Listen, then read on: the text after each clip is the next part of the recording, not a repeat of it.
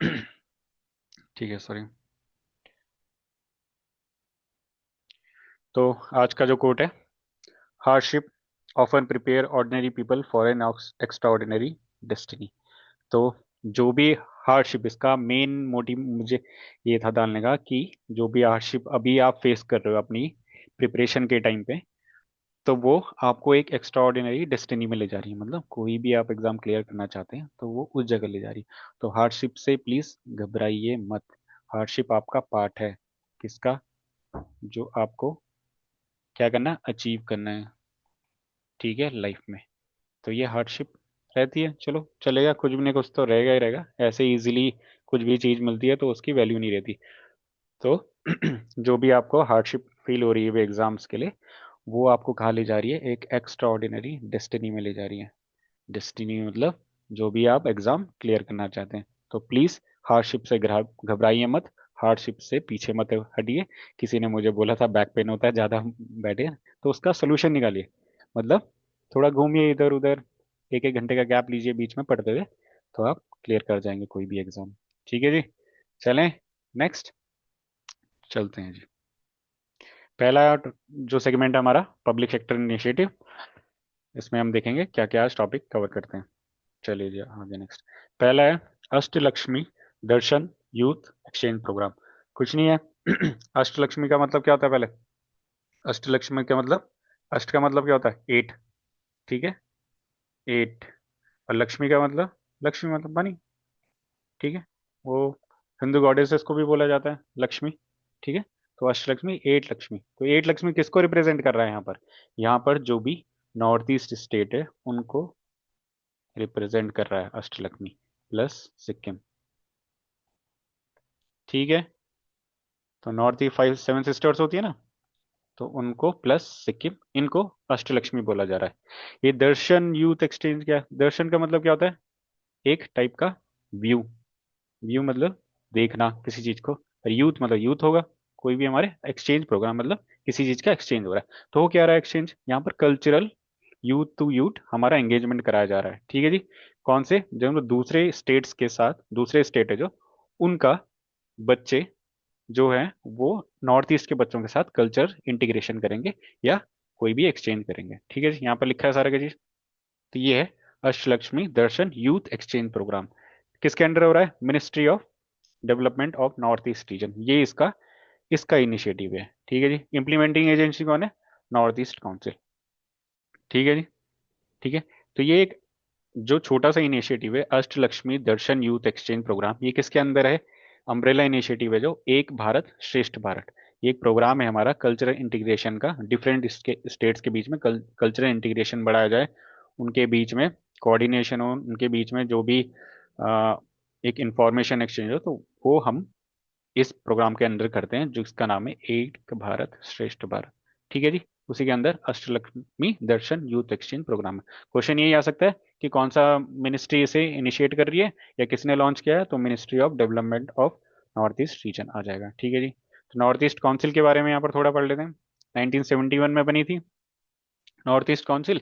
एक statutory body है। Statutory body का मैंने आपको बताया था क्या था, कि एक्ट के थ्रू बनी होगी। तो एक्ट कौन सा है इसका? नॉर्थ ईस्ट काउंसिल एक्ट 1971, ये इसका एक्ट है। ठीक है, उसके अंडर ये बनी है नॉर्थ ईस्ट काउंसिल बॉडी। ठीक है जी। तो अब नाम में एक्ट के थ्रू बनी है तो स्टैट्यूटरी बॉडी होगी। ठीक है, हेडक्वार्टर कहाँ है? शिलोंग, मेघालय में इसका हेडक्वार्टर है। ठीक है, अब इसका चेयरमैन कौन होता है? चेयरमैन जो होता है, जो यूनियन होम मिनिस्टर है, जो यूनियन होम मिनिस्टर होगा, कोई भी होगा जो भी सेंटर में, वो इसका चेयरमैन होता है। किसका? नॉर्थ ईस्ट काउंसिल का। ठीक है, और वाइस चेयरमैन कौन होगा? जो कि मिनिस्टर ऑफ डोनर होगा। मिनिस्टर ऑफ डोनर कौन है? मिनिस्टर ऑफ, मतलब मिनिस्ट्री ऑफ, जो डोनर मतलब डोनर ये है ministry of development of North East reason का। ठीक है जी, यही है। ये इनके वाइस चेयरमैन होंगे। तो होम मिनिस्टर हमारे चेयरमैन होंगे और वाइस चेयरमैन कौन होंगे? Minister of donor. तो मिनिस्ट्री ऑफ डोनर थोड़ा बहुत देख लेते हैं। ये दो 2001 में क्रिएट करी गई थी, और 2004 में इसको फुल स्टेटस दे दिया गया था मिनिस्ट्री का। ठीक है जी, तो ये हो गया आपका क्लियर। अब देख लीजिए इस टाइम हमारे जो मिनिस्टर ऑफ डोनर है, minister of development of North East reason, वो कौन है? श्री ज्योतिरादित्य एम सिंधिया, ये इनके हमारे इस टाइम मिनिस्टर ऑफ डोनर है। ठीक है, ministry of development of North East reason इनके अंडर पे। तो क्वेश्चन डायरेक्ट आ सकता है इस टाइम, यूनियन मिनिस्टर कौन है? Ministry of development of North East region, या ministry of development of North East region को कौन हेड करते हैं? तो इनका नाम आएगा, आपको आंसर में ये मार्क करना है, श्री ज्योतिरादित्य एम सिंधिया जी। ये मिनिस्टर ऑफ स्टेट है, अगर स्टेट पूछ लिया जाएगा, ये मतलब ये बड़े मिनिस्टर है उसी मिनिस्ट्री का, और ये छोटी मिनिस्टर है। ठीक है, ये यूनियन मिनिस्टर होते दोनों ही यूनियन मिनिस्टर है सेंट्रल गवर्नमेंट में दोनों, पर ये इनको यूनियन मिनिस्टर कहा जाता है, मिनिस्टर ऑफ स्टेट कहा जाता है, मतलब ये उनसे छोटे लेवल पे काम करते हैं। स्टेट का मतलब ये नहीं कि वो किसी नॉर्थ ईस्ट के स्टेट के होंगे, नहीं, है सेंट्रल के ही दोनों, पर ये यूनियन मिनिस्टर है। और ये मिनिस्टर ऑफ, दो पोजीशन होती है काउंसिल ऑफ मिनिस्टर्स में देखा जाए तो। ठीक है, तो आपको क्लियर हो गया? किसी को कोई इशू हो तो आप चैट बॉक्स में लिख सकते हैं। ठीक है जी, नेक्स्ट चलते हैं आगे। ठीक है, नॉर्थ ईस्ट के बारे में थोड़ा देख लीजिए मैप के थ्रू। तो ये है हमारा नॉर्थ ईस्ट। सबसे पहले अपना स्टेट अरुणाचल प्रदेश। ठीक है, ये को आगे चलिए। ये है अपना स्टेट अरुणाचल प्रदेश, उसके बाद नागालैंड, मणिपुर, मिजोरम, त्रिपुरा, मेघालय, और हमारी छोटी सिस्टर सिक्किम यहाँ पर। ठीक है जी, तो असम देख लो, असम की बॉडी, असम एक स्टेट ऐसा है जिसमें कि सारी की सारी सबकी बाउंड्रीज लग रही है यहाँ पर। ठीक है, अरुणाचल की बाउंड्री लग रही है, नागालैंड, मणिपुर, मिजोरम, त्रिपुरा की भी छोटी सी बाउंड्री है देखो यहाँ पर। तो और मेघालय तो खैर पूरा असम से ही ढका हुआ है। तो कोई ऐसा अगर क्वेश्चन आता है, which of the following state borders all the state in north East reason, that would be Assam. ठीक है जी, कई बार ऐसा क्वेश्चन आता है कि इसे क्लॉकवाइज लगाइए, कि कौन कौन से स्टेट क्लॉकवाइज लगाए हैं तो उनको उनके नाम लिखे। तो क्लॉकवाइज में अरुणाचल प्रदेश सबसे, फिर नागालैंड, मणिपुर, मिजोरम। तो जब मैं पढ़ता था तो मैंने इसका एक निमोनिक याद कर रखा था, अनमनी राम करके, अनमनी राम, ऐसे करके मैंने याद कर रखा था, अनमनी राम। तो अरुणाचल, ए से अरुणाचल हो जाता है, मनी से, ओ सॉरी, ए से अरुणाचल, एन से नागालैंड, मनी से मणिपुर, और राम से मिजोरम।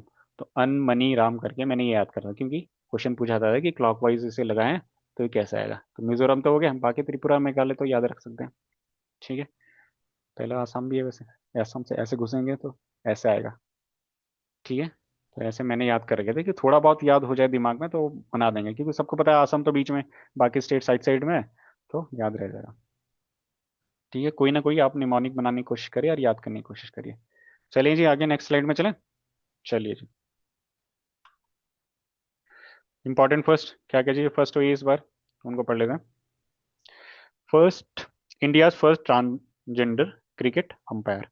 ठीक है, ये क्रिकेट अंपायर है पर ये पहली ट्रांसजेंडर है इंडिया की। इनका नाम क्या है? रितिका श्री जी। ये इनकी फोटो लगी है यहाँ पर। तो रितिका श्री क्या है? फर्स्ट ट्रांसजेंडर क्रिकेट अंपायर है। ठीक है जी, तो ये क्वेश्चन आ सकता है कि अभी कौन बनी है first transgender cricket umpire in India? तो इनका नाम है रितिका श्री। ठीक है जी, कहाँ की है? तमिलनाडु की है। और फॉर्मली इसे उनको रिकॉग्नाइज कर दिया गया है क्रिकेट अंपायर के लिए। ये इनका लिखा है सारा का सारा, आप इनकी फोटो भी देख सकते हैं साइड में, इनके अचीवमेंट भी देख सकते हैं। तमिलनाडु की अगर क्वेश्चन आता है किस जगह की है तो तमिलनाडु। नालसा जजमेंट देख लीजिए थोड़ा, ये बैकग्राउंड इन्फॉर्मेशन है ट्रांसजेंडर से रिलेटेड। सुप्रीम कोर्ट ने नालसा जजमेंट, मतलब ये जो नेशनल, हाँ मैं इसका फुल फॉर्म याद भूल रहा हूँ, पर नालसा जजमेंट 2014 में सुप्रीम कोर्ट ने थर्ड जेंडर को रिकॉग्नाइज कर दिया गया था। ठीक है, as a fundamental right under the part 3 of constitution. तो मतलब कोई भी पर्सन अपने को थर्ड जेंडर रिकॉग्नाइज कर सकता है। ठीक है, end of him there fundamental rights under part 3 of constitution. ठीक है जी, और हमारे पास 2019 में ट्रांसजेंडर पर्सन प्रोटेक्शन एक्ट भी लाया गया था, वो एनेक्ट कर दिया पार्लियामेंट में 2019 में। तो नालसा कभी भी क्वेश्चन आता है, वैसे कई बार आ चुका है कि नालसा जजमेंट किससे रिलेटेड है। ठीक है, जो कि 2014 में आया था सुप्रीम कोर्ट के उससे, तो ये ट्रांसजेंडर से रिलेटेड है। ठीक है, नेशनल लीगल सर्विस अथॉरिटी नाम पूरी इसकी फुल फॉर्म होती है, नेशनल लीगल सर्विस अथॉरिटी। ठीक है, तो उसका एक जजमेंट है, मतलब वो भी एक पार्टी रही होगी उस टाइम पे सुप्रीम कोर्ट में जब ये केस चल रहा होगा, तो उसको नालसा जजमेंट बोला जाता है। तो ये ट्रांसजेंडर से रिलेटेड है, यही क्वेश्चन आता है इसमें। ठीक है, तो फर्स्ट ट्रांसजेंडर कौन बनी जी? रितिका श्री जी, जो कि सलेम तमिलनाडु की है। ये फर्स्ट है ट्रांसजेंडर। चलिए जी नेक्स्ट चले। ठीक है, नेक्स्ट आ गया, India's first schedule seaplane service. Schedule का मतलब क्या है? फर्स्ट शेड्यूल, शेड्यूल का मतलब इसकी टाइमिंग होगी। पहले तो ऐसे ही उतारते रहते थे, कहीं भी दिखा दे, फिर फोटो खींच लिया और न्यूज़पेपर में आ जाता, पर ये शेड्यूल्ड है, मतलब टाइम टू टाइम चलेगी। तो ये पहली है ऐसी, किसी भी स्टेट में, हमारे ऑल ओवर द इंडिया में पहली है जो शेड्यूल में चलती है। मतलब 3 बजे की फ्लाइट है, फिर 6 बजे की फ्लाइट है, जो भी फॉर एग्जाम्पल, मुझे टाइमिंग वहाँ का पता नहीं है, पर ऐसा वहाँ पर चल रहा है कि भाई 3 बजे से ट्रेन चलती है शेड्यूल में अपने टाइम से, तो ऐसी शेड्यूल में वहाँ पर स्लीप सी प्लेन चल रहा है। सी प्लेन देखो क्या होता है, जो समुद्र में उतरेगा या किसी वाटर बॉडी में उतरेगा तो उसे सी प्लेन बोला जाता है। तो ये कहाँ हुई है? ये लक्षद्वीप में हुई है। कहाँ पर? लक्षद्वीप में। क्वेश्चन ये भी आ सकता है कि India first schedule seaplane services कहाँ लॉन्च हुई है, तो आंसर होगा लक्षद्वीप। लक्षद्वीप आइलैंड है ना अपने साइड में, केरला के बगल में। ठीक है, तो किसने करा है? Sky hop aviation. ठीक है, स्काई हॉप एविएशन इसको ऑपरेट कर रही है। ठीक है जी। ठीक है जी, ये फाउंड किसने करा है? अवनी सिंह जी ने। उनकी फाउंडर है, स्काई ऑफ एविएशन की फाउंडर है अवनी सिंह। ठीक है जी। तो ये लक्षद्वीप आर के पिलागो में हुआ। थोड़ा सा पढ़ लेते हैं आर लक्षद्वीप के बारे में। ये देखो, ये पूरा मैप है लक्षद्वीप का। छोटे छोटे आइलैंड्स हैं इतने सारे। ये छोटे छोटे आइलैंड्स बन के कहाँ गया, छोटे छोटे आइलैंड्स बन के लक्षद्वीप बनता है। ठीक है जी। और ये देखो हमारा केरला, ये केरला के बगल में एकदम, ये केरला चल रहा है पूरा यहाँ से, और उसके बगल में इस तरफ पूरा लक्षद्वीप एरिया। ठीक है जी। इसकी कोई वो बता सकता है कि इसकी कैपिटल क्या है? लक्षद्वीप। लक्षद्वीप की भाई यूनियन टेरिटरी है। यूनियन टेरिटरी की कैपिटल बता सकता है कौन है? लक्षद्वीप की कैपिटल कोई ही बता सकता है, प्लीज कमेंट बॉक्स में लिखिए। मैंने आपको बोला था गलत गलत ही लिखिए, कोई दिक्कत नहीं है, कम से कम इंटरेक्शन तो होगा, आपको थोड़ा स्ट्राइक तो होगा कि मैंने वहां पर गलत लिखा था, तो मेरे को आप पता है। क्वेश्चन आता है कई बार, लक्षद्वीप की कैपिटल बताइए। लिखिए प्लीज, कमेंट बॉक्स में लिखिए, कुछ तो लिखिए, गलत ही लिख दीजिए, ईटानगर ही लिख दीजिए। कोई नहीं लिखेगा? नहीं, आज तो बात ही नहीं करनी हमने सर से, इन्हें सर ने संडे से क्लास ले लिया, आज तो हम कुछ लिखेंगे ही नहीं, आज प्रोटेस्ट करेंगे इसका। ठीक है, कोई नहीं लिखना चाह रहा I think,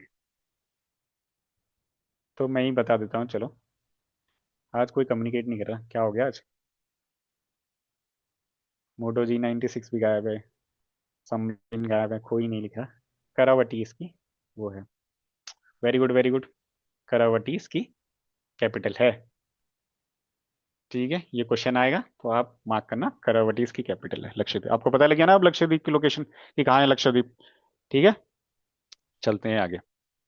trending days, important days कौन कौन से थे? सबसे बेकार टॉपिक जो लगता है आपको, ये सबसे बेकार टॉपिक। चलें आगे। चले जी, ये बहुत इंपॉर्टेंट है। 107th एनिवर्सरी ऑफ जलियन वाला बाग मैसाकर। जो जलियन वाला बाग मैसाकर होता है उसकी 107th एनिवर्सरी है।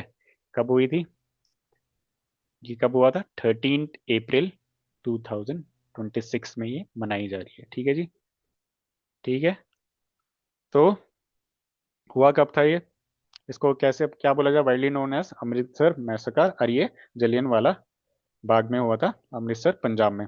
कभी जाना आप अमृतसर गए होंगे तो वहां पर ये आपको पार्क दिखेगा। ठीक है, अमृतसर में जहां पर गोल्डन टेम्पल है ना, उसी के बगल में वो है बाग, जलियन वाला बाग। बाग को क्या बोलते हैं इंग्लिश में? पार्क बोलते हैं, पार्क है। ठीक है, तो ये जलियन वाला बाग की 107th एनिवर्सरी है। तो हिस्टोरिकल बैकग्राउंड थोड़ा पढ़ा होगा आपने हिस्ट्री में, आपकी क्लास में थोड़ा बहुत इसके बारे में। ठीक है जी। हुआ क्या था इसमें थोड़ा बताऊं कि फेस्टिवल था, बैसाखी का फेस्टिवल। और उससे पहले क्या हुआ था कि जब 1990 में एक एक्ट पास किया था गवर्नमेंट ने, जिसका नाम था राउलेट एक्ट। राउलेट एक्ट के अंदर ये था कि गवर्नमेंट के पास या स्टेट के पास इतनी पावर आ गई थी, वो किसी को भी अरेस्ट कर सकती थी विदाउट अरेस्ट वारंट, कि अगर कोई रेवोल्यूशनरी एक्टिविटी में या टेररिस्ट एक्टिविटी में इन्वॉल्व पाया जाता है तो कोई अरेस्ट वारंट नहीं चाहिए, सीधे आप पर्सन को मिले, उठा दिया और चले दी जेल चलो। तो ये राउलेट एक्ट के अंदर पावर सी एक्ट पास करा था ब्रिटिश गवर्नमेंट ने। ठीक है, तो उसके लिए 2 लीडर्स को अरेस्ट कर दिया था उससे पहले, डॉक्टर सैफुद्दीन किचली और डॉक्टर सत्यपाल को अरेस्ट कर दिया गया था। तो उसके लिए जब जिस दिन बैसाखी का दिन था, तो बैसाखी में क्या हुआ, ये सारे के सारे कुछ लोग अमृतसर पंजाब के बैसाखी के दिन जलियांवाला बाग पार्क में वो इकट्ठे हो गए। किसके लिए? ये प्रोटेस्ट करने के लिए कि इन दो को अरेस्ट क्यों कर दिया भाई, ये तो हमारे लीडर्स थे। फिर बैसाखी में के दिन था उस दिन, और ये एक पार्क में सारे के सारे। अब पार्क कैसा था देखो, ये पार्क है उसका, मैं गया हूँ वहां पर तो मैंने देखा कैसा। ये पार्क है और इतनी सी उसकी एग्जिट है, छोटी सी, ठीक है, ये पूरा का पूरा पार्क है अंदर। ठीक है जी। तो हुआ क्या, सब लोग यहाँ अंदर हैं।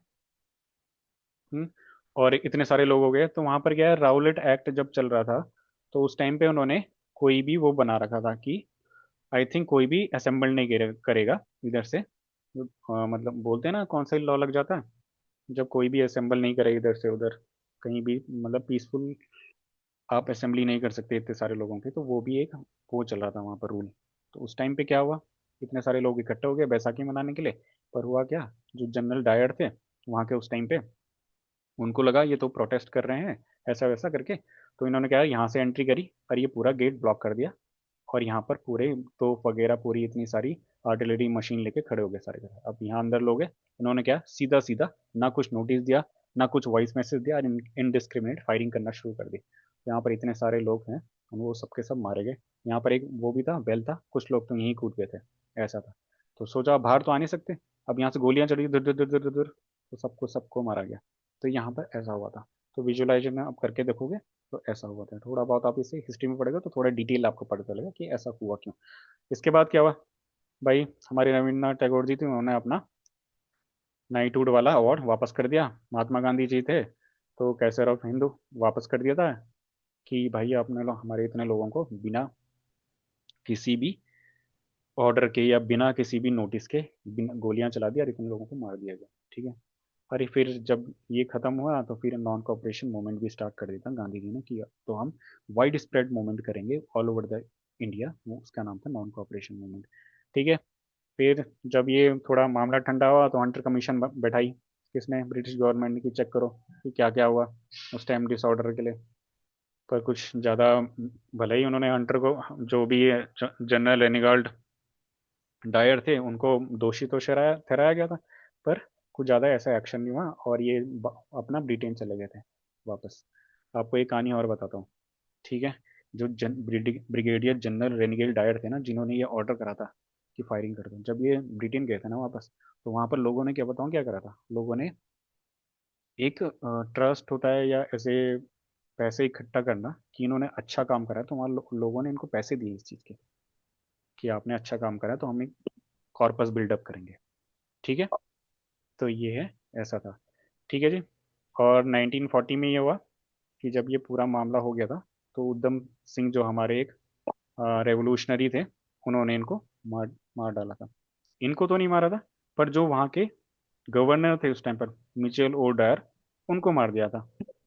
मिचेल ओ डायर रेनिगल्ड डायर के ऊपर थे, गए तो वो इन्हें मारने थे, पर मारा इन्हें था। तो नाम में कन्फ्यूजन हो गया था थोड़ा। उधम सिंह भी आपको याद रखना है। ठीक है जी। चलते हैं नेक्स्ट। किसी का माइक खुला है आई थिंक, उससे आवाज़ आ रही है, तो आप देखना। ये है 107th anniversary of Jallianwala Bagh massacre. ठीक है, जलियांवाला बाग की फोटोज है, आप देखना इसमें। चलिए जी, नेक्स्ट चलते हैं। इंपॉर्टेंट डेज, ये थे सारे इंपॉर्टेंट डेज है। इसमें जो इंपॉर्टेंट डे है वो याद रखने का, वर्ल्ड हीमोफीलिया डे आप याद रखना, April 17 को आता है। और इसमें वर्ल्ड इंटेलेक्चुअल प्रॉपर्टी डे, ये याद रखना आप। बाकी आप, अगर आपको टाइम लग रहा है तो आप जरूर कोशिश करना इनको याद करने की, मैंने स्लाइड में इसलिए ऐड कर दिया है। याद करना पॉसिबल हो नहीं पाता, काफ़ी सारे डेज हैं, हर किसी की मेमोरी ऐसा नहीं होता कि यार सब चीज़ याद कर दें। पर हीमोफीलिया डे April 29, और world intellectual property day April 26, आप याद करना। चले नेक्स्ट चले आगे। इंटरनेशनल एंड इंटरनेशनल सिक्योरिटी का सेगमेंट आ गया। सबसे पहला है इंडिया, SLN डिविक्स। तो ये क्या है ना, फोर्थ एडिशन है किसका, इंडिया और श्रीलंका का एक ये बायलेटरल नेवल एक्सरसाइज। ठीक है।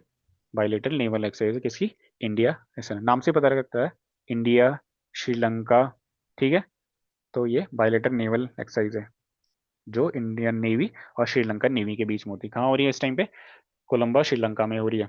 ठीक है। तो आप ये देखो, श्रीलंका, ये हमारा पड़ोसी, सॉरी, ओहो, पीछे कौन चले गए? हाँ, ये हमारा श्रीलंका पड़ोसी है, और ये हमारा इंडिया का लास्ट का तमिलनाडु। तमिलनाडु है ना, ये तमिलनाडु से रामेश्वरम, ये लास्ट में जुड़ रहा है धनुषकोटी, यहाँ पर छोटे छोटे वो है, राम सेतु बोला जाता है इसको। ठीक है, धनुषकोटी वाला पार्ट तो ये हो गया। यहाँ पर ये क्या है? ये पाक स्टेट बोला जाता है इसको। ये है पाक स्टेट। क्वेश्चन आता है कई बार सॉरी, कि पाक स्टेट कौन सी कंट्रीज के बीच में? तो इंडिया एंड श्रीलंका। आपको ऑप्शन दे देगा, India Pakistan, India Afghanistan, India Myanmar, India Bhutan, नहीं, इंडिया श्रीलंका पाक स्टेट यहाँ पर है। PALKSTRAIT, पाक स्टेट, पी है, ठीक है, PA। तो पाक स्टेट किसके बीच में? इंडिया श्रीलंका के बीच में। ठीक है, ये गल्फ ऑफ मन्नार भी है यहाँ पर, ये पूरा का पूरा ये एरिया जो है गल्फ ऑफ मन्नार भी कहा जाता है। ठीक है जी। ये देखो कन्याकुमारी, आपने कितना सुना होगा इसके बारे में, यहाँ पर ये छोटा सा कन्याकुमारी। ठीक है, तुकुड़ी, ये देखो, ये है मदुरई, और ये श्रीलंका। श्रीलंका कैपिटल क्या है? कोलंबो। ठीक है जी। और देखो श्रीलंका की कौन कौन सी एक्सरसाइज होती है? एक स्लीन एक्स करके होती है, बायलेटरल मरीन नेवल एक्सरसाइज है। ठीक है, ये स्लीन एक्स होगी। मित्र शक्ति भी इंडिया श्रीलंका के बीच में होती है। और दोस्ती, ये दोस्ती किसकी है? इंडिया श्रीलंका और मालदीव्स की है। ठीक है जी, तो ये तीन एक्सरसाइज होगी आपकी इंडिया श्रीलंका के बीच में। और जो ये अभी पड़ी है, इंडिया श्रीलंका डिविक्स 2026, तो ये भी इंडिया श्रीलंका के बीच में होती है, तो आपको याद रह जाएगा आप पीपीटी में एक विजुअल बना के। नेक्स्ट चलते हैं, साइंस एंड टेक्नोलॉजी। ठीक है जी, तो साइंस एंड टेक्नोलॉजी वाला पोर्शन करते हैं आप। सबसे पहला है विक्रम 1 रॉकेट। ठीक है, ये किसने करा अभी? ये क्या है? First privately build orbital launch vehicle है। मतलब ये प्राइवेटली किसी ने बनाया है, इसरो ने नहीं बनाया है, ये बनाया है स्काई रूट ने। ठीक है जी।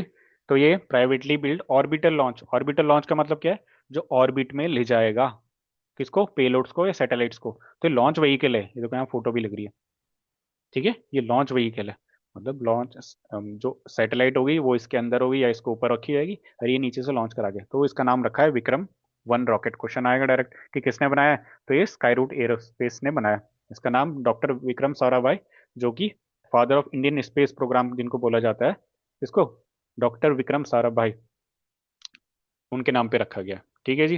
हेडक्वार्टर देख लो, स्काई रूट अभी आया था न्यूज में, मैंने पढ़ाया था अभी साइलेंट में, स्लाइड में, आई थिंक पहला या 2 जून में थी। स्काई रूट क्या बन गई है अभी? फर्स्ट स्पेस ऑर्गेनाइजेशन जिसने क्या कर लिया है? यूनिकॉर्न बन गया।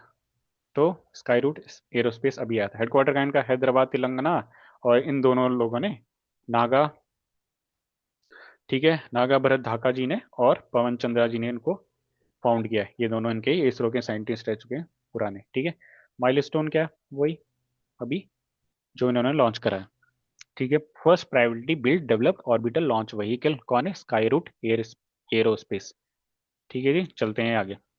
नेक्स्ट टॉपिक है Google cloud India AI hub. ये कहाँ पर हो रहा है? इस टाइम पे बन रहा है ये अभी। ठीक है, 600 एकड़ का वो बनेगा पूरा, टाउनशिप, टाउनशिप भी नहीं कहेंगे, पूरा एक हब बनेगा। ठीक है, एरिया, तो वो कहाँ बन रहा है? आंध्र प्रदेश में। ठीक है जी, ये लिखा हुआ है विशाखापट्टनम आंध्र प्रदेश में, फाउंडेशन स्टोन इसका लेकर दिए, देखो यहाँ पर ये सबके सब ये लेके ऐसे मिट्टी उठा के, बना तो ऐसे रहे जैसे यही लोग बनाएंगे ऐसा तो है नहीं, बस ऐसे मिट्टी लेके खड़े हो गए यहाँ पर। ये चीफ मिनिस्टर है आंध्र प्रदेश जी के, और ये मिनिस्टर हो हमारे साइंस एंड टेक्नोलॉजी है, अश्विनी वैष्णव जी। ठीक है जी। तो इसको क्या बोलते हैं आपके लैंग्वेज में, कुछ पता है? हमारे यहाँ तो उसे बेलचा बोलता जाता है।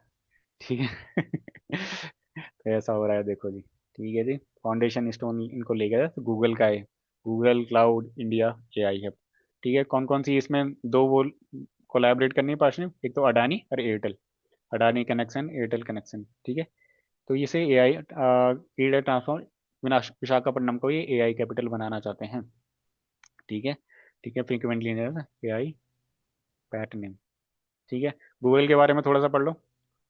फाउंड किसने कराई है? 1988 में found Larry page and Sergey Brin ने फाउंड करी थी 1988 में। हेडक्वार्टर इसका कैलिफोर्निया में होगा, तो आधे ज़्यादा जो बड़ी बड़ी टेक है वो कैलिफोर्निया में है, यूएसए की। अल्फाबेट इसकी पेरेंट कंपनी है। अभी सीईओ कौन है? सुंदर सुंदर पिचाई जी। ठीक है, और इन्होंने 2007 में अपना हैदराबाद में पहला ऑफिस स्टैब्लिश किया था। कहाँ पर? हैदराबाद तेलंगाना में, गूगल का।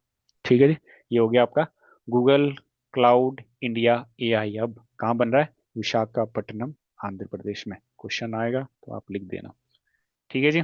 चले नेक्स्ट, स्पोर्ट्स एंड गेम्स, पहला सेगमेंट स्पोर्ट्स एंड गेम्स, पहला तो नहीं, नेक्स्ट सेगमेंट। चलिए जी, विराट कोहली जी आ गए हैं हमारे बैटर। तो उन्होंने क्या कर दिया है, फर्स्ट बैटर एवर जिन्होंने किया 800 800 फोर्स कर दिए कंप्लीट अपने, 800 चौके, मतलब 800 फोर्स माने, फर्स्ट बैटर हो गया आईपीएल में जिन्होंने इतना माइलस्टोन अचीव कर दिया है। 800 चौके मतलब बाउंड्रीज जिन्होंने हमारी, 800 फोर्स, फर्स्ट बैटर है ये आईपीएल हिस्ट्री में। ठीक है जी।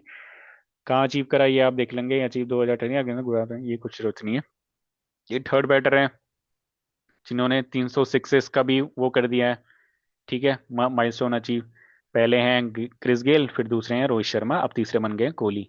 विराट कोहली जी थर्ड बैटर है आईपीएल। इन्होंने एक और माइलस्टोन अचीव कर लिया है कि ये फर्स्ट बैट्समैन है जिन्होंने 9000 रन्स कंप्लीट कर लिए अपने आईपीएल में, पूरे आईपीएल में।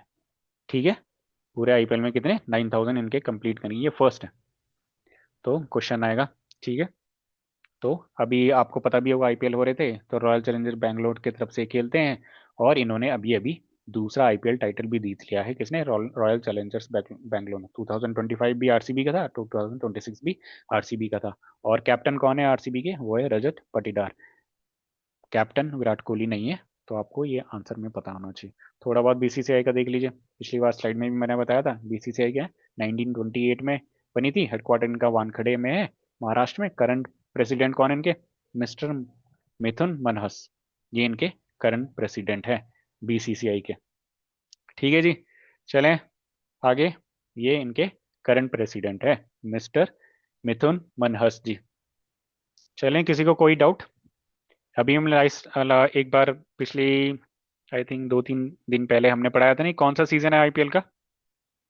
वो लिखेगा कमेंट बॉक्स में, ये कौन सा सीजन था? 2026 वाला, 19th, very good, 19th season था ये। बस बस बस ऐसे ही याद रखिए, आपको क्वेश्चन आएगा तो आप डायरेक्ट मार्क करना, 19th सीजन था आईपीएल का। और विराट कोहली क्या करें, पहले ऐसे बैट्समैन बन गए हैं आईपीएल की हिस्ट्री में जिन्होंने 804 मारे हैं। ठीक है, और 9000 रन भी इन्होंने कंप्लीट कर दिए गए हैं। ठीक है जी, तो ये आप याद रखना। नेक्स्ट चलते हैं, दूसरे आ गए भाई केएल राहुल। तो केएल राहुल जी ने क्या कराया है, ये पहले इंडियन बैट्समैन बन चुके हैं जिन्होंने आईपीएल की हिस्ट्री में 150 रन का मार्क पार कराया है सिंगल इनिंग में।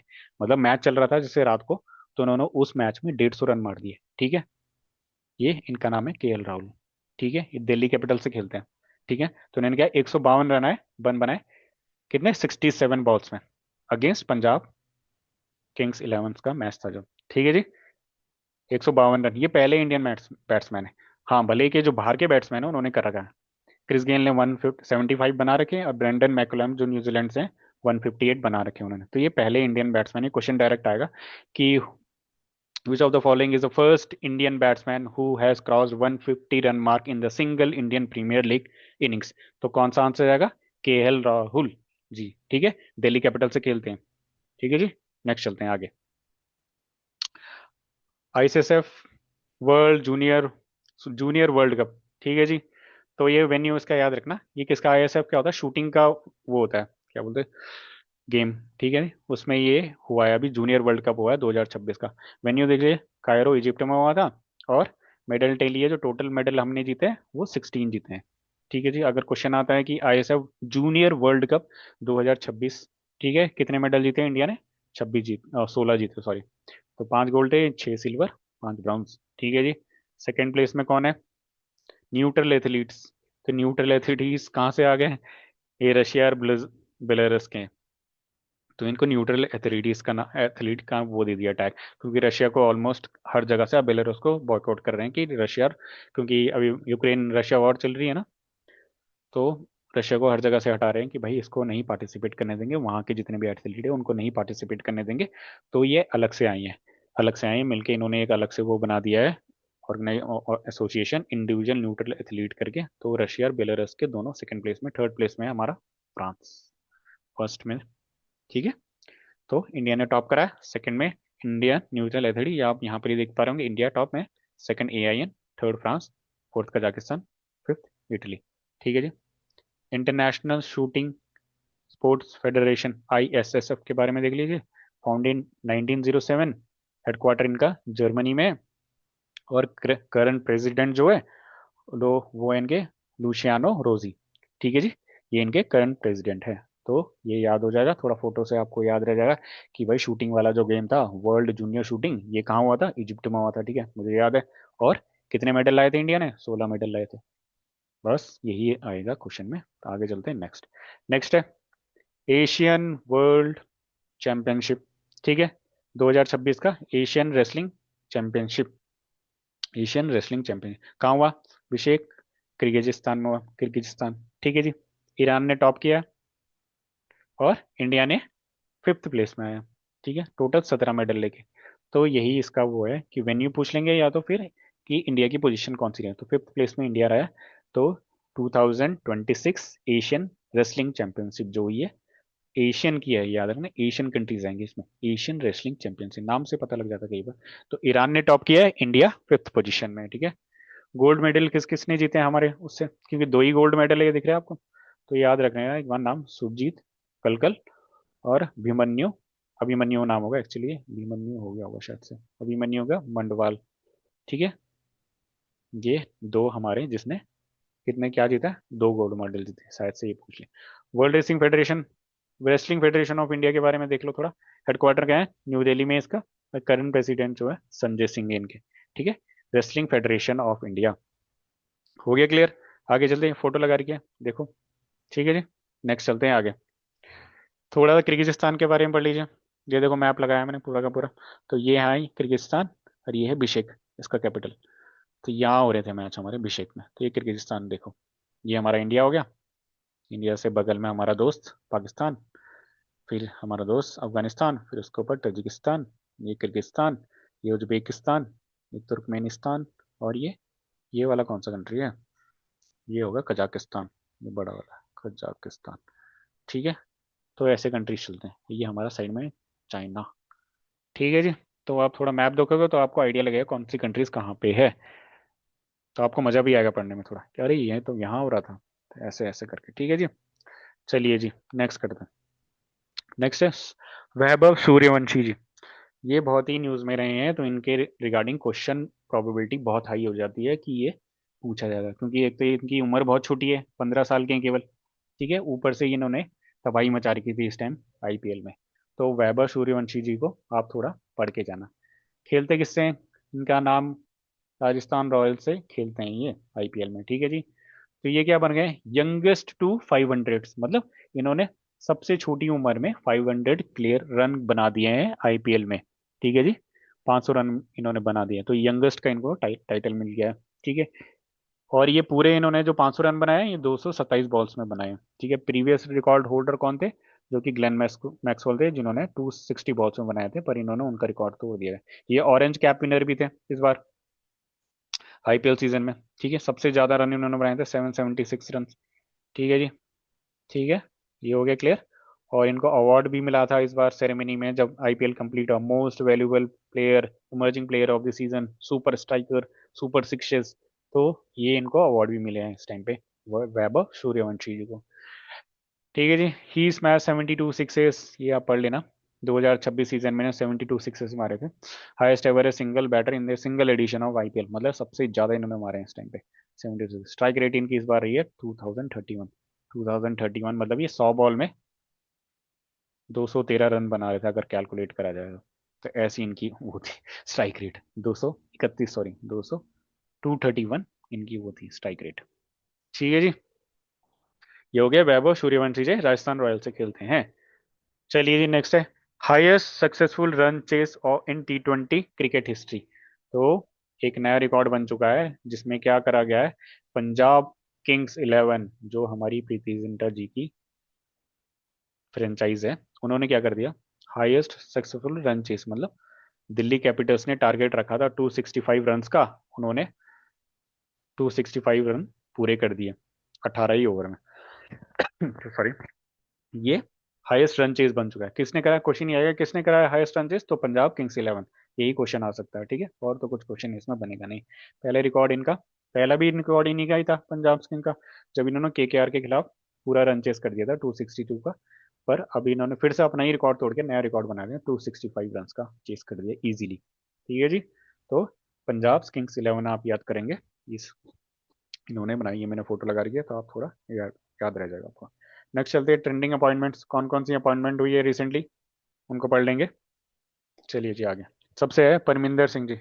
परमिंदर सिंह, ये इनकी फोटो लगी है, ये क्या बने इस time, chief executive officer, CEO बनाए किसके, रिलायंस एंटरप्राइज इंटेलिजेंस लिमिटेड। ठीक है, किसके ये चीफ एग्जीक्यूटिव ऑफिसर है। ये क्या है, एक विंग है रिलायंस का जो कि आर्टिफिशियल इंटेलिजेंस में का देख रहा है। रिलायंस का आर्टिफिशियल इंटेलिजेंस जॉइंट वेंचर है, किसका जॉइंट वेंचर है, रिलायंस का और किसका, फेसबुक का। ठीक है जी, तो उसके सीईओ ही उनको बना दिया गया परमिंदर सिंह जी। ठीक है, और कुछ इसमें याद करने की जरूरत नहीं है। रिलायंस एंटरप्राइज इंटेलिजेंस लिमिटेड के सीईओ बने कौन, परमिंदर सिंह जी। ठीक है जी, बस यही करना। अगर ये क्वेश्चन आता है कि रिलायंस एंटरप्राइज इंटेलिजेंस लिमिटेड किसके साथ जॉइंट वेंचर है, तो फेसबुक के साथ, Facebook in the sense Meta के साथ। ठीक है जी, चलें आगे, नेक्स्ट टॉपिक। पीवी सिंधु जी, पीवी सिंधु क्यों न्यूज में, तो ये इसलिए है कि ये फुल टाइम वोटिंग मेंबर बन के इसकी बैडमिंटन वर्ल्ड फेडरेशन की फुल वोटिंग मेंबर बन गई है काउंसिल। ठीक है, इनका टेन्योर क्या रहेगा, 2026 से 2029। तो अगर क्वेश्चन आता है who has recently been taken charge as a full voting member of badminton world federation, तो उनका आंसर होगा क्या, उसका आंसर होगा आपका पीवी सिंधु जी। ठीक है, यही इसका आंसर होगा। ठीक है, पीवी सिंधु जी का मानसून, रियो ओलंपिक्स में इन्होंने, देखते हैं कि सिल्वर मेडल जीता था 2016 में। ये सब नहीं देखा होगा शायद से, मैंने भी ये मैच देखा था उस टाइम पे जब पीवी सिंधु जी खेल रही थी अपना ये वाला मैच रियो ओलंपिक्स में। रियो कहाँ है, कोई बता सकता है रियो कहाँ है, रियो रियो रियो ओलंपिक्स, कोई बताएगा कमेंट बॉक्स में, लिखा किस कंट्री में है रियो, लिखिए लिखिए, गलत ही लिखिए, कोई दिक्कत नहीं है, कोई आपको वो नहीं करेगा, मारेगा नहीं, डांटेगा नहीं, कुछ तो लिखिए। आज बच्चे थोड़े कम इंटरैक्टिव है, कोई लिख नहीं रहा है।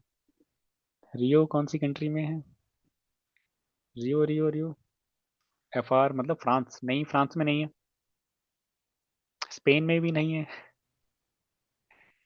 नहीं है नहीं है, स्पेन में नहीं है, चलो मैं बताता हूँ। रियो है ब्राजील में, Rio Olympics, Brazil, very good, Brazil में, ब्राजील में रियो ओलंपिक्स हुआ था उस टाइम 2016 में, ब्राजील में हुआ था, तो उनको सिल्वर मेडल मिला था उस टाइम पे।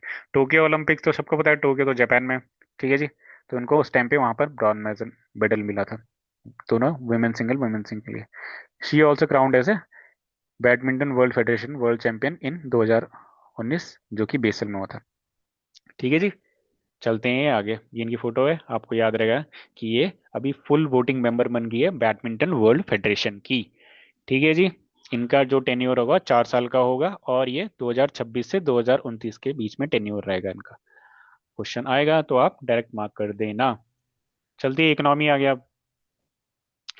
ठीक है जी, इकोनॉमी, इकोनॉमी में इंपॉर्टेंट जो टॉपिक मुझे लगा इस बार वो था इंडिया एंड न्यूजीलैंड ने क्या कर दिया, फ्री ट्रेड एग्रीमेंट साइन कर दिया। ठीक है जी, ठीक है, तो इंडिया और न्यूजीलैंड का जो फ्री ट्रेड एग्रीमेंट है वो नाइन्थ एग्रीमेंट है किसी भी डेवलप्ड नेशन के साथ इंडिया का। वैसे तो बहुत सारे हैं, करीबन 31 या 32 एफटीए साइन कर रखे हैं इंडिया ने अलग अलग कंट्रीज का, पर ये नाइन्थ एग्रीमेंट है किसी डेवलप्ड नेशन के साथ। डेवलप्ड नेशन के साथ मतलब समझते हो ना आप, डेवलप्ड नेशन, एक तो डेवलपिंग नेशन होता है जो जिसमें हम आते हैं, तो अभी हम ग्रोथ कर रहे हैं, तो एक डेवलप्ड नेशन जो ऑलरेडी डेवलप्ड है, तो उनमें से नाइन्थ एग्रीमेंट है। क्वेश्चन आएगा तो याद रखना, या क्वेश्चन डायरेक्ट ये आ सकता है कि रिसेंटली अभी फ्री ट्रेड एग्रीमेंट किस कंट्री के साइन करा गया था।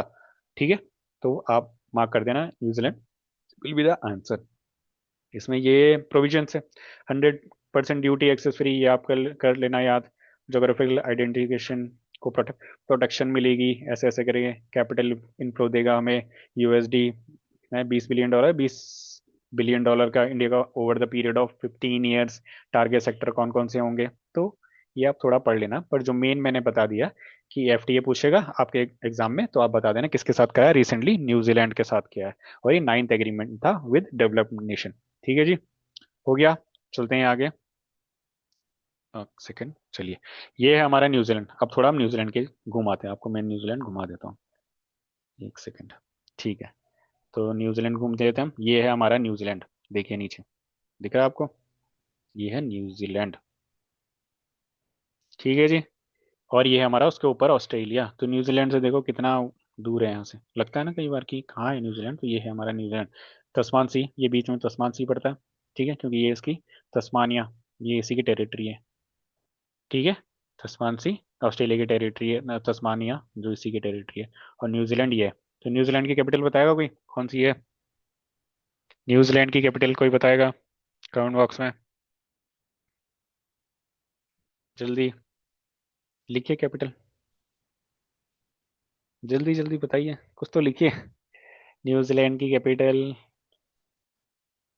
जल्दी प्लीज, किसी को भी आता हो। जिम्बाब्वे।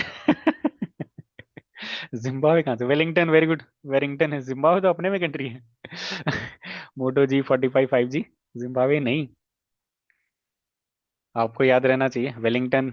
वेरी गुड, वेलिंगटन है न्यूजीलैंड की कैपिटल। ठीक है, और ऑस्ट्रेलिया की कैपिटल को बताएगा कि ऑस्ट्रेलिया की कैपिटल कौन सी है? ऑस्ट्रेलिया की कैपिटल, कितनी सारी सिटीज दिख रही है आपको, देखो यहाँ पर ऑस्ट्रेलिया की। कोई बताया? कैनबेरा, वेरी गुड, कैनबेरा है कैपिटल, यहाँ का ये है कैनबेरा, इस जगह पे एरिया में Canberra, very good very good. Canberra है ऑस्ट्रेलिया की कैपिटल। ठीक है, कभी जाइए आप ऑस्ट्रेलिया घूमने, न्यूजीलैंड घूमने, एग्जाम क्लियर करके, तो फिर आप देखना है वहाँ पर कैनबेरा में लैंड करना है। ठीक है जी, आगे चलते हैं। India index of industrial production 2000 मार्च 2026 का रिलीज करा गया है। ठीक है। ठीक है, अब इसमें मेन चीज ये है कि इसको रिलीज कौन करता है? आईआईपी कौन रिलीज करता है, कोई बताएगा? जल्दी बताइए, कौन रिलीज करता है आईआईपी? नहीं पता? चलिए मैं बता देता हूँ। No idea. NSO, national statistical office, IIP release करता है, ये मंथली रिलीज करता है। ठीक है, तो अभी मार्च का आया था अप्रैल में, तो ये अभी स्लोइंग डाउन हो रही है हमारी यहाँ पर इंडस्ट्रियल प्रोडक्शन। ठीक है जी, तो इसको कौन रिलीज करता है? NSO, national statistical office. यहाँ पर मैंने लिखा नहीं है, पर आप पढ़ लेना इसके बारे में थोड़ा ना, एनएसओ। ठीक है, ये सेक्टर कवर होते हैं हमारा। अभी हमारा बेस ईयर ये है, 2022-23 कर दिया हमारा बेस ईयर, और ये सेक्टर हमारे कवर होते हैं। सबसे ज्यादा जो वेटेज है सेक्टर का, वो है मैन्युफैक्चरिंग सेक्टर का, यहाँ पर सबसे ज्यादा वेटेज है इस सेक्टर में। 5 सेक्टर को कवर करता है IIP: mining and quarrying, manufacturing, electricity and gas, and water supply, switch and waste treatment, इसको। तो इसमें सबसे ज्यादा वेटेज है, 76% मैन्युफैक्चरिंग का है। उसके बाद हमारा माइनिंग एंड क्वेरिंग का, और इलेक्ट्रिसिटी गैस सप्लाई। तो क्वेश्चन यही आता है डायरेक्ट कि आईआईपी कौन रिलीज करता है? तो एनएसओ रिलीज करता है। और सबसे ज्यादा वेटेज किसका है? तो मैन्युफैक्चरिंग सेक्टर का वेटेज है। तो यही हमारे, यहाँ पर 3 गलत लिखा है। ठीक है, तो यही हमारा क्वेश्चन बनता है, इसलिए मैंने ऐड कर दिया था कि कई बार मेरे टाइम पे भी कई बार ये क्वेश्चन आया है कि आईआईपी कौन रिलीज करता है? Index of industrial production. ठीक है जी, तो एनएसओ रिलीज करता है। चलें आगे। Books and authors, I think ये लास्ट स्लाइड होगी बुक्स एंड ऑथर्स की। आज छोटा ही सेशन है, 1 घंटे में आपका सेशन कंप्लीट हो गया आज, देखो जा। संडे को ज़्यादा परेशान नहीं करेंगे हम आपको कभी भी। तो ट्रेंडिंग बुक्स एंड ऑथर्स, सबसे जो इसमें टॉपिक है वो है, बुक का नाम देखिए, curious and the classified unearthing the military myths and mystery. किसने लिखी है बुक का नाम? किसने लिखी है? जनरल मनोज मुकुंद नरवाने जी, जो कि रिटायर हो गए। ये हमारे चीफ आर्मी स्टाफ रह चुके हैं। ठीक है, जनरल मुकुंद जनरल मनोज मुकुंद नरवाने जी ने, ठीक है, इन्होंने लिखी है the curious and classified unearthing military myths and mysteries. तो मिलिट्री से याद रह जाएगा आपको। वैसे ऑप्शन में आप देखो, जो भी बनाएगा एग्जाम नियर क्वेश्चन, तो मिलिट्री अगर वर्ड आ रहा है बुक के नाम पे, तो मिलिट्री पर्सनल का ही नाम देगा ऑप्शन में सारे के सारे। तो आपको मार्क कौन सा करना है? जनरल मनोज मुकुंद नरवाने जी को मार्क करना है। रूपा पब्लिकेशन ने बुक लिखी है, ये सब इस बुक में लिखा गया है। ठीक है, थोड़ा सा जनरल मुकुंद नरवाने जी के बारे में पढ़ लेंगे। हैं, ये है 28 चीफ ऑफ आर्मी स्टाफ थे हमारे, 28 आर्मी स्टाफ। ठीक है जी। और इनका टेन्योर जो था दिसंबर 31 से लेकर दिसंबर 30 2022, मतलब 2019 से लेकर 2022 तक इनका टेन्योर रह चुका है। और ये कहाँ के थे? 7th battalion of Sikh light infantry के ये जब ये कमीशन हुए थे तो ये इस बटालियन में काम करते। अभी कौन है current chief of army staff? ये है जनरल उपेंद्र द्विवेदी जी। अभी जो अगर करंट का पूछे जाएगा कि who is the chief army staff, ठीक है, तो answer will be general Upendra Dwivedi ji. ठीक है, कोई इशू किसी को? ठीक है, तो यही है इसमें, और कुछ नहीं है। बस एक चीज और इसमें याद रखनी है आपने, वो है कि अभी जो है जनरल मनोज मुकुंद नरवाने जी है, अपनी एक और बुक जो उनका जिसका नाम है 4 स्टार डेस्टिनी, इसके नाम पे भी न्यूज में आए थे बहुत ज्यादा। इसमें कुछ ऐसी चीजें लिखी हुई थी जो इंडियन गवर्नमेंट के खिलाफ जा रही थी। ठीक है जी, तो ये पार्लियामेंट में भी ये बुक का मेंशन हो रहा था, राहुल गांधी बुक लेके खड़े हुए थे, इस बुक में ये लिखा है, इस बुक में ये लिखा है। तो उस बुक का भी नाम याद रखे, वो बुक है, ठीक है, क्या है? 4 स्टार्स ऑफ डेस्टिनी। उसका मैंने यहाँ पर फोटो नहीं लगाया, पर आप सर्च करेंगे तो 4 स्टार्स ऑफ डेस्टिनी के नाम पे आपको पता लगेगा और इसकी कंट्रोवर्सी पता लग जाएगी। ठीक है, ये भी इन्होंने लिखी है, किसने? जनरल मनोज मुकुंद नरवाने जी ने। ठीक है, और इनकी दूसरी बुक जो अभी रिलीज हुआ है वो ये है, the curious and classified unearthing military myths and mysteries. ठीक है जी, और ये हमारे 28th chief of army staff थे। और जो अभी लेटेस्ट चल रहे हैं वो कौन से हैं? जनरल उपेंद्र द्विवेदी जी, ये हमारे 30th है, 30th आर्मी स्टाफ है। क्वेश्चन आएगा तो ये आप मार्क कर देना, ये 30th आर्मी स्टाफ है, चीफ ऑफ आर्मी स्टाफ। ठीक है जी, तो ये हो गया क्लियर, यही सब चीज था आज के सेशन में। आई थिंक स्लाइड खत्म हो चुकी है, यही है, और कुछ नहीं। कोई डाउट वगैरह हो आपको तो बताइए प्लीज, कमेंट बॉक्स में लिखिए। आपको सेशन कैसा लगा आज का?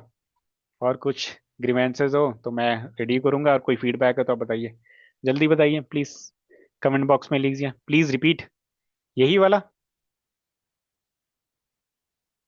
यही वाला रिपीट करना है? यस, ठीक है, मैं अब दोबारा बता देता हूँ आपको। हुआ क्या है, हम बुक्स एंड ऑथर्स का सेगमेंट देख रहे हैं, तो उसमें जो अभी लेटेस्ट जो बुक रिलीज हुई है, बढ़िया सर, लेकिन लेट हो गया ज्वाइन करने में आज। आप जल्दी ज्वाइन करिए अपना व्हाट्सएप ग्रुप देखिए प्लीज, तो उसमें थोड़ा जल्दी ज्वाइन करिए, मजा आएगा आपको पढ़ने में। ठीक है, मैं बुक कोशिश करता हूँ आप जितना।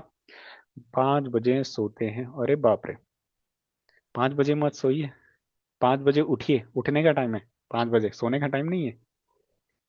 रात को पढ़ते होंगे कई लोग, उनका अलग होता है। चलिए, मैं तो सुबह उठने वाला इंसान हूँ, मैं जल्दी उठता हूँ और मैं रात को जल्दी सो जाता हूँ, तो मेरा यही टाइम रहा है जब मैं अपनी प्रिपरेशन करता था, तो मैं भी ऐसे करता। चलिए, मैम ने जो क्वेश्चन पूछा था, आई थिंक मैम है नीच नीच 12 A56 जी ने जो क्वेश्चन पूछा था उसको रिपीट कर देते। The curious and the classified unearthing military myths and mystery, ये बुक है, ये बुक का टाइटल है। और किसने लिखी है?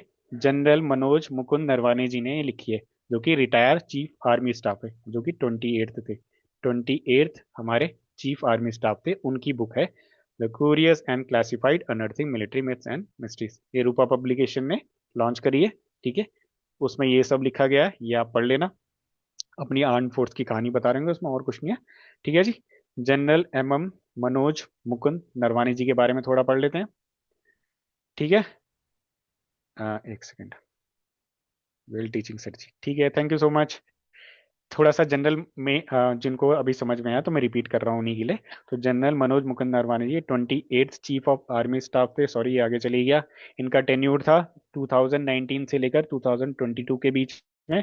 और ये जब इन्होंने जॉब ज्वाइन करी होगी ना आर्मी की, तब ये 7th बटालियन सिख रेजिमेंट में ज्वाइन करे थे, सिख लाइट इन्फेंट्री में ज्वाइन करे थे। ये पूछेगा नहीं, बहुत कम है चांसेस, पर मैंने इन्फॉर्मेशन के लिए आपको दे दिया है कि आपको एक क्लिकिंग ऑर्डर बन जाए, जैसे होता है ना, पॉइंट टू पॉइंट्स क्लिक होते हैं, तो उसको आपको याद रहने में आसानी होती है।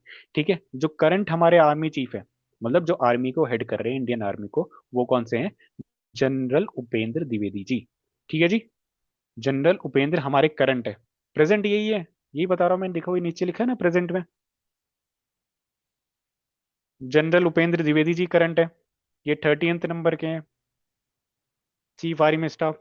ठीक है, A56 जी, नीच 12 A56 प्रेजेंट वाले ये हैं, प्रेजेंट ये हैं,